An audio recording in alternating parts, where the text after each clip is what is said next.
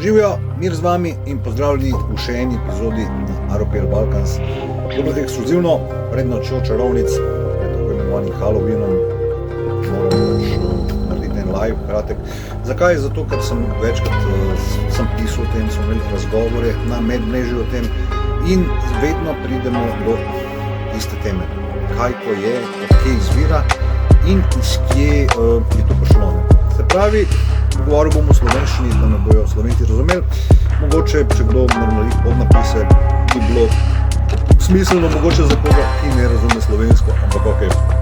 In šel bom skozi, naredil bom preprosto sinhronizacijo, sintagmo članka na blogu Prebujanje zavesti od Mihe Zimška, verjetno fantov vsi poznate, ni nobenemu neznanka, kdo je on.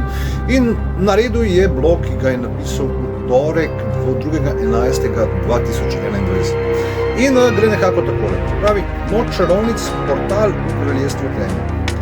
In da šlemo z analizo članka. Se pravi, praznik in poimenovan Noč čarovnic je znan na svetu kot Halloween oziroma All Hallows Eve. In je k nam prišel iz Amerike kot velika tržna niša, komercialni uspeh in priložnost za zabavo na temu strašljivega.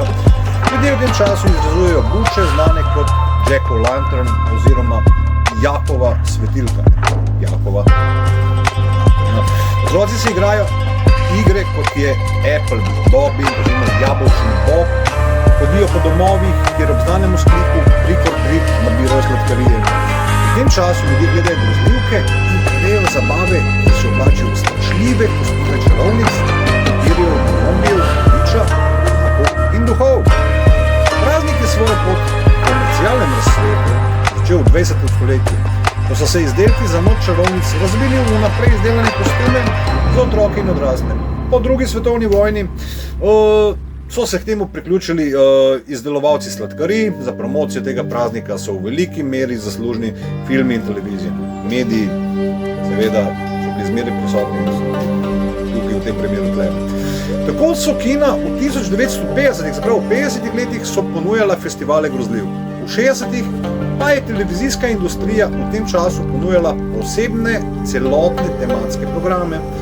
V lanskem letu je industrija praznika Noč čarovnic dosegla $12 milijard. Si morate misliti. Leta 2020, če gledamo statistiko, je industrija praznika $12 milijard. Tukaj je denarja. Toda, le malo kdo od udeležencev aktivnosti tega praznika se zaveda, da se je Noč čarovnic razvila kot sekularni del praznika. Vseh svetih in s časoma je postal vedno bolj popularen. Pravi, praznik vseh svetih je krščanski slovesni praznik, ki se praznuje v čast vsem svetnikom cerkve, ne glede na to, ali so znani ali ne znani. Pravi, vsi ga praznujemo. Od 4. stoletja so se prazniki v spomin na vse krščanske mučenike odvijali na različnih krajih, na različne datume, blizu Velike noči in Binkošti. V 9. stoletju so nekatere cerkve na britanskem otočju začele praznovati spomin na vse svetnike 1. novembra, v 9. stoletju pa je papež Gregor to razširil na vso katoliško cerkev. Papež je med drugim izdelal bulo Vox in Roma, v katerem je obsodil satanistični kult v Nemčiji, ki naj bi v svojih obredih uporabljali črne mačke. To je povzročilo vojno proti mačkam, tole pa ne. Mačke.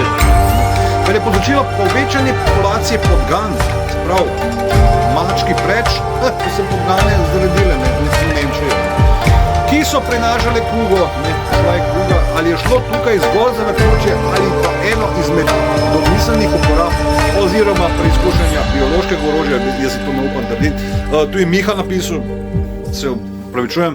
Izbruhi kuge so namreč močno vplivali na Evropo, še najbolj črna smrt, bubonic plague prevedeno, ki je pomorila okoli tretjino populacije, si morate misliti, tretjina populacije po Evropi je šla. Bolezen povzroča bakterija Yersinia pestis, ki jo širajo bolhe na podganah. In vraževerno prebivalstvo, ki je slepo sledilo papežu in na svojo škodo pobijalo samo mačke. Se pravi, ampak ni ni pobijalo samo mačka, ampak je sprejelo tudi datum praznovanja vseh svetih, ki ga je postavil papež, sekularni izraz praznika, ki ga poznamo kot dan mrtvih. Na ta dan se ljudje množično odpravijo na pokopališča, na grobove bližnjih, ker tam prižigajo sveče, prinašajo šopke rož, vence in nekebanje, na ta dan po državi potekajo žalne slovesnosti in verski obredi za umrle. Gre za praznik, ki izvira iz Mehike in je znan kot Dia de Muertos ali Dia de los Muertos. Se pravi, gre za praznik, ki se ga proslavlja od 31. oktobra pa vse do 2. novembra. Se pravi, 3 dni festival poteka, dan je več dni. Dia de los Muertos, 3 dni okoli se hodi. In Mehike je za razliko od zahodnega turobnega občutka praznik portretiran kot praznik radosti. Se pravi, Mehičani, oni praznujejo to ne kot praznik, da bi bili žalostni ljudje, ampak so veseli. Ne? Se pravi, ko Slovenci, za razliko od tega, 1. november, vsi na grobove, žalostiti, sveče in tudi to.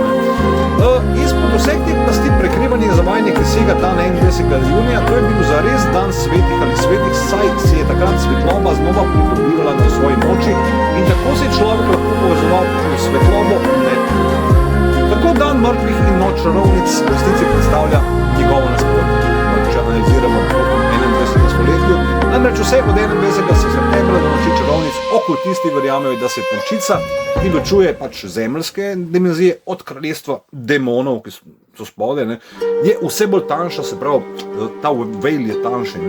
Ta je najbolj tanka na 31. oktober, paste, da je 31. oktober, mislim, da je danes, paste danes, ko se bo dogajalo, kar omogoča lažji prestop kraljestva demonov v zemeljske dimenzije.